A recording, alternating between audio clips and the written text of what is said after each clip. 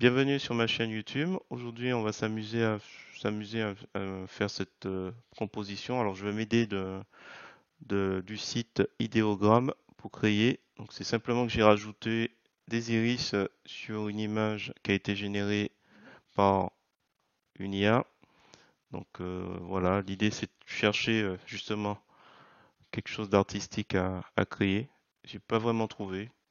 Donc, j'ai simplement placé les éléments, les quatre iris sur l'image. Donc ça vous permet de voir un petit peu si jamais vous n'avez pas trop d'idées ce qu'on peut faire.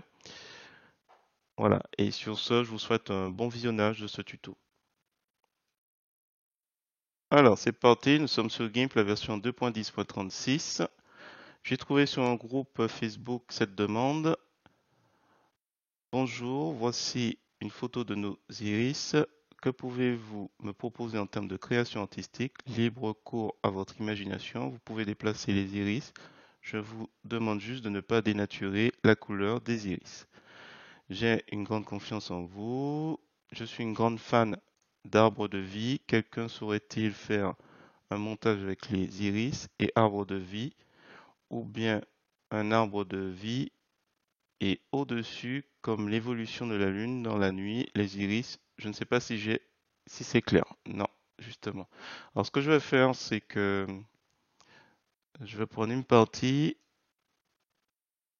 et alors, je vais prendre cette partie-là. On va faire clic droit, copier. Voici le premier essai. Donc, j'ai pris 4 iris dans la nuit et on verra qu'en fait, le fait d'avoir mis réaliste va produire ces photos. Donc, pas terrible. Donc, plutôt des fleurs. Et on verra que c'est pas encore totalement ce que je souhaitais. Donc là, j'ai revu un petit peu mon texte en parlant plus d'œil. Et on verra qu'en fait, en passant par idéogramme, il va me proposer un œil. En fait, il y a des choses qui sont un peu plus intéressantes. Du coup, je vais plutôt demander 4 yeux dans la nuit, l'évolution de la Lune sous forme de 4 yeux dans la nuit, un arbre de vie est en harmonie en dessous. Je sais pas trop ce que ça va donner, donc là, à nouveau une traduction en anglais. Et là, pour le coup, on tombe un peu plus sur ce que je souhaitais. On va essayer ça. Je sais pas trop ce qu'il va me prendre. 3D anime, non, réaliste. C'est pas une bonne idée, réaliste. On va voir un peu ce qu'il va me prendre comme ça.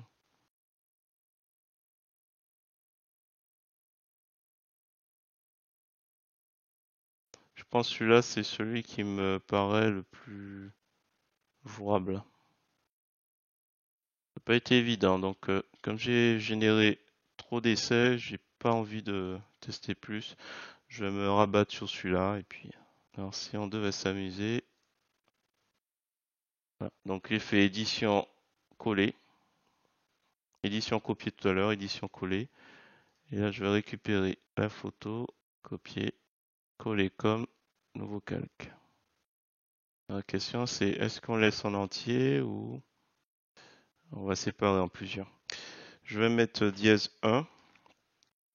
Et grâce au dièse 1, on peut créer une copie et ça va générer voilà, 4.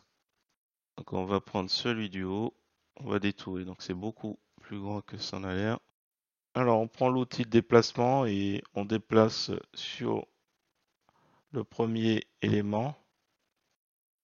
Je vais prendre l'outil de découpage, m'assurer que je découpe seulement le calque à chaque fois. Hop, voilà, on s'assure à chaque fois qu'on est sur le bon calque. Le deuxième, le troisième.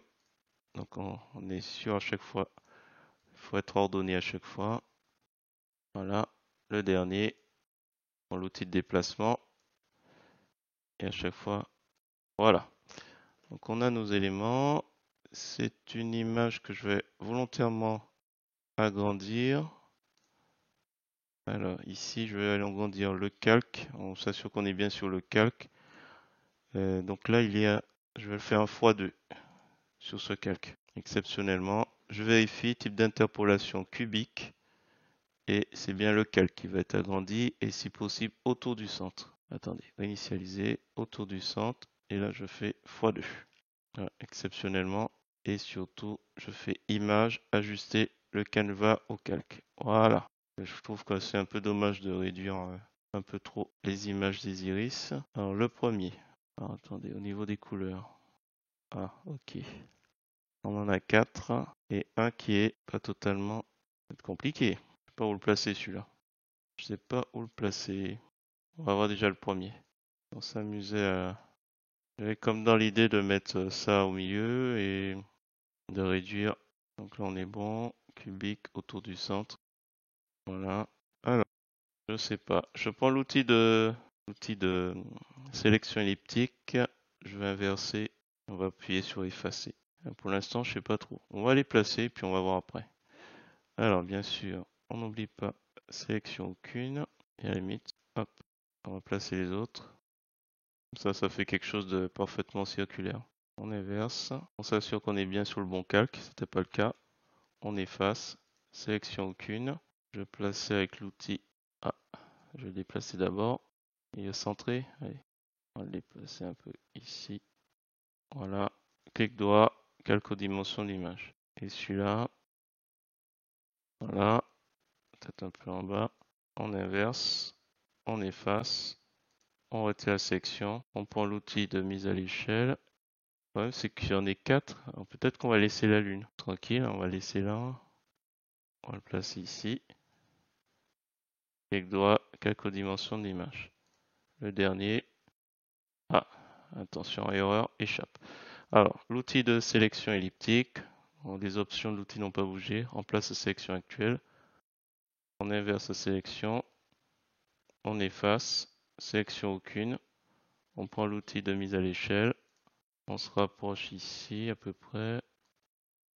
Alors, je pensais peut-être jouer avec la transparence. Et là, on n'oublie pas. Hop. Alors, si on joue avec la transparence. Non, c'est pas une bonne idée. Non, là, franchement, il n'y a pas trop d'idées. Alors, n'oublie pas CTRL S. Je vais enregistrer le travail.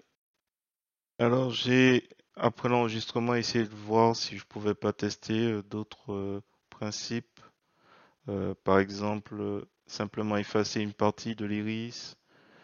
J'ai changé de couleur. Enfin, il y a plein de choses que j'ai testées qui me donnaient pas satisfaction. Donc voilà, on voit une petite fusion entre l'iris et la lune. J'étais pas trop satisfait. Après, j'ai testé d'autres approches, simplement en effaçant les bords de l'iris avec un petit motif.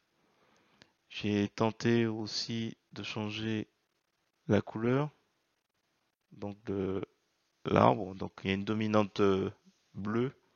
Je me suis dit tiens, on va tester avec la couleur orange. En fait, il n'y avait rien qui me paraissait intéressant à part l'image d'origine. Donc là, on va faire un clic bouton droit à la souris, alpha vers sélection dans le groupe de calque, sélection réduire, on va le mettre à 5, valider, et je vais faire ajouter un masque de calque. Donc sur blanc opacité, on s'assure qu'inversé n'est pas coché, et je fais un glisser-déposer de la couleur noire. Alors avant ça, je me rapproche. Voilà, on a une sélection qui est machin. On a bien inversé? Je crois pas, non. Il faut inverser la sélection d'abord. Sélection inversée. Voilà, comme ça, en fait, la couleur noire sur le masque de calque concernera cette partie. Hop. Et après, je fais sélection aucune. Et ensuite, comme on est toujours sur le masque de calque, on va faire flou, flou gaussien. Que ce soit un petit peu... C'est la lune qu'on voit un petit peu. Alors, si j'augmente, valider, je vais laisser comme ça. Ouais, j'ai rien d'autre de plus, hein. Je ne vais pas pouvoir faire grand chose parce que j'ai pas spécialement d'idée artistique. Qu'est-ce qui était proposé par idéogramme? Je pense pas que les autres soient un meilleur choix.